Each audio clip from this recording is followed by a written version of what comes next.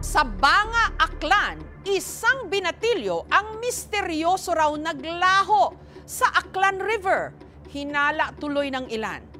Di umano, hindi ito simpleng kaso ng pagkalunod. Ang ilog kasi pinaniniwalaang may bantay. Nitong nakaraang buwan pa ang fiesta sa Aklan.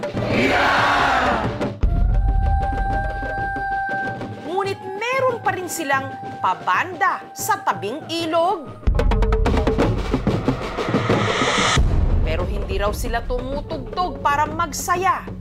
Panawagan kasi nila ito sa kanilang kabanda na ilang araw nang nawawala matapos daw malunod sa ilog. Maria, isang Diyos, ikampo mo kami ng makasala. Ngunit may ilang naniniwala na ang binata hindi lang basta nalunod. Di umano may kumuha sa kanya.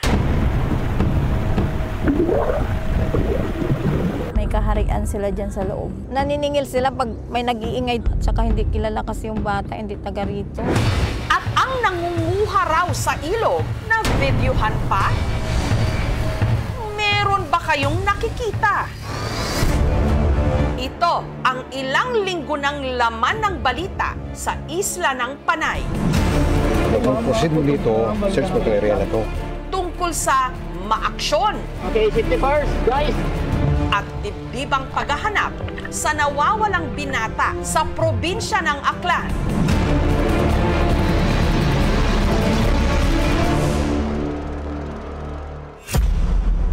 Siya ang 15 anyos na si Jorus, panganay na anak ni Rosebel. January 29 nung nagpaalam daw si Jorus sa kanyang ina. Bukas ma, may dula-dulaan kami doon sa pulo, sabi niya. Pinagsabihan ko pa, sabi ko sa kanila, baka kung saan kayo pupunta, lumingon lang siya sa akin tsaka ngumiti.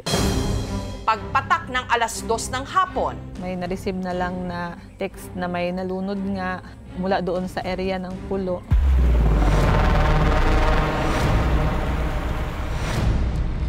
kwento ng kaklase ni Jorus na si Ken. Swimming na tayo? Nagkayayaan daw silang maligo sa ilog pagkatapos nilang mag-practice. Nangahas daw silang tumawid sa kabilang bahagi na may layong 500 meters. Kalmado lang yung ilog. Hindi na nga. Dun sa part ng linaw, di kami tumawid kasi alam namin na malalim. At dito kami dumaan sa may baba. Pero bumuhos ang ulan, kaya nagdesisyon silang bumalik. Yung pagtawid namin by 2, si Joros nakasakay na sa likod ni Ains. Napulikat si Ains. Tinulak ni Joros si Ains sa ilalim ng tubig para si Joros yung nasa itaas.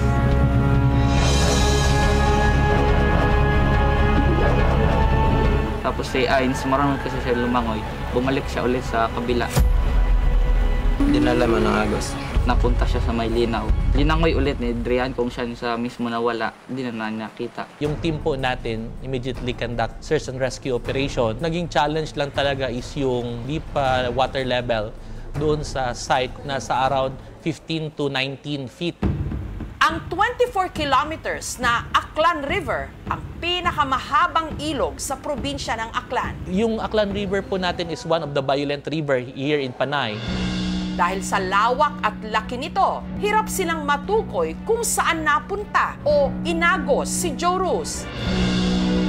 Kaya nagbayanihan ang lahat sa paghahanap. Ito yung mga grupo ng divers, yung mga taga Region 6 na mga taga Philippine Coast Guard. May mga bahagi pa ng ilog na hinukay ng backhoe.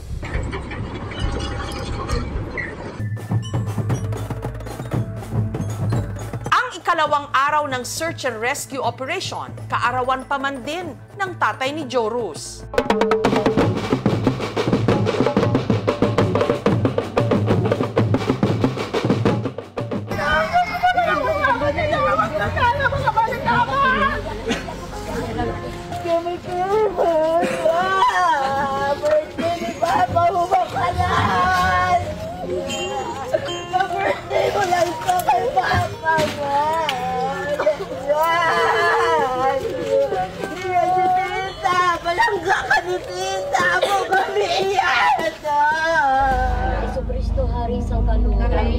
May ilang mga residente na naniniwala na kaya hindi pa rin nakikita ang katawan ni Joros sa ilog dahil meron ritong kumuha.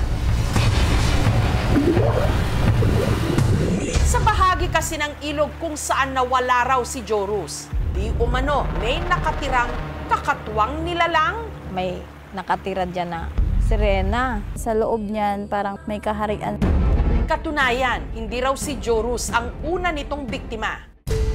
Dekada 70 pa raw, nung ang nooy 14 anyos na anak ng mag-asawang Luz at Jose, misteryoso rin daw na nawala sa ilog. Punong-puno na yung bangka. Pero nagpumilit siya na sumakay ng bangka. Medyo pumailalim doon sa may sinasabing may bato dyan na kung saan ang tubig ay umiikot dyan, ay nahulog na siya.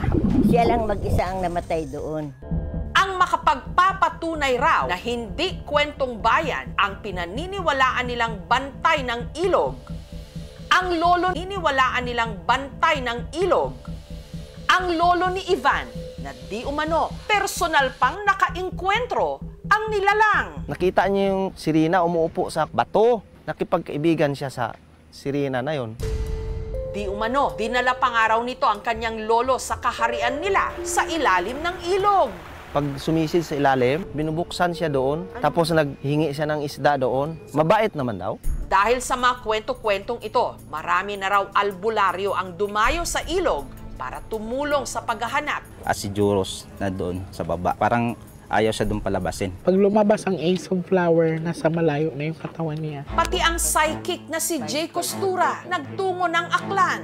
Posibleng doon daw makita yung katawan. Yung search din namin, wala kami nakita eh. Nitong Biyernes, sa muli nilang pagtangkang masisid ang pusod ng ilog, mahanap na kaya nila ang nawawalang si Joros. May napansin po kami na curve doon sa ilalim ng tubig. Malakas po yung current. May butas po siya. At may lumutang ding video na nakuhanan daw ang sinasabing kakatwang nilalang. Titigang mabuti. Ano ito? Parang babae na mahaba ang buhok. Parang bantay sila sa tubig. Samantala, may isa pang anggulong tinitignan ang taong bayan. Baka pinatay yan, tapos nilibing nila. May own opinion lang, niyaan nila siyang malunod at tinago ang katawan niya malayo sa river. Kasi may lumalabas na doon ng mga foul play daw. Okay, 51st, guys!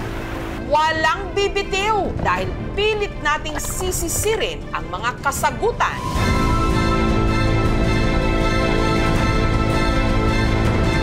Sa aming pagbabalik.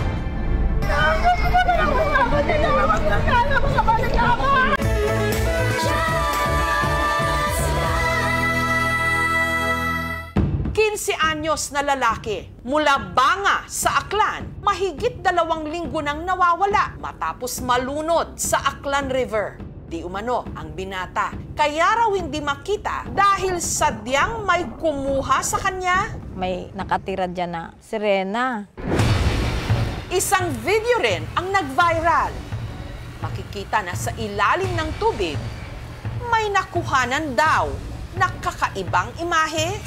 Parang babae na mahaba ang buhok. Yung tao, diwata ba o ano? Parang bantay sila sa tubig. Diyan ko nakuha yung video na nakitaan ng image na parang tao.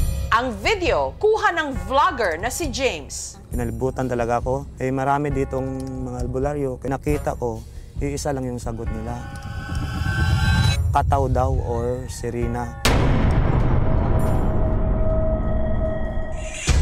Pero ayon sa mga residente na nakatira malapit sa ilog, pati na ang mga diver na sumisid nung search and rescue operation, bato lang daw ito na lumulutang kapag mababaw ang tubig.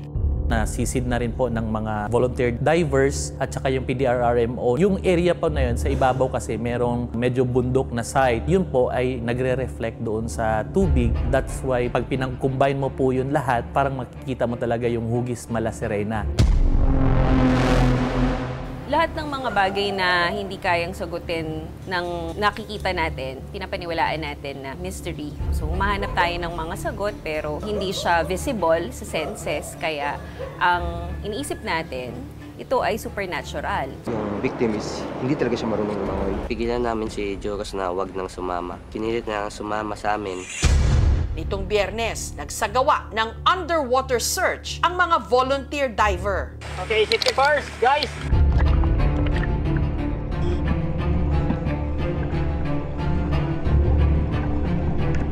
Yung estimate ko po, 1 meter lang po. Pero hindi sa kuiba na talaga malalim. Diyan yung sinasabi nila mayroong hipo-hipo.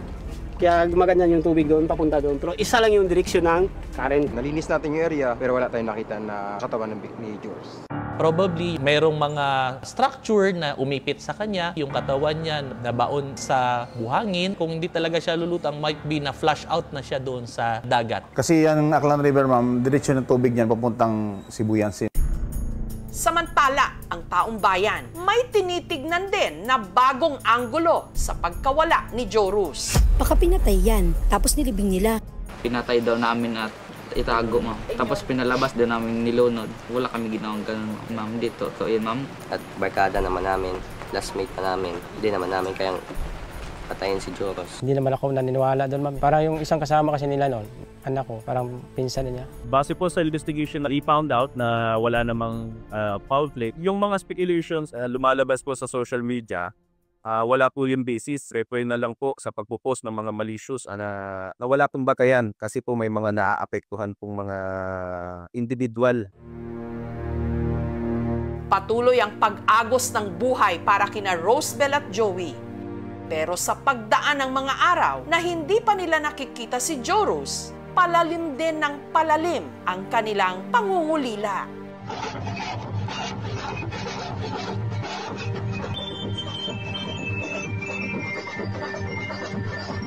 Umuwi na siya.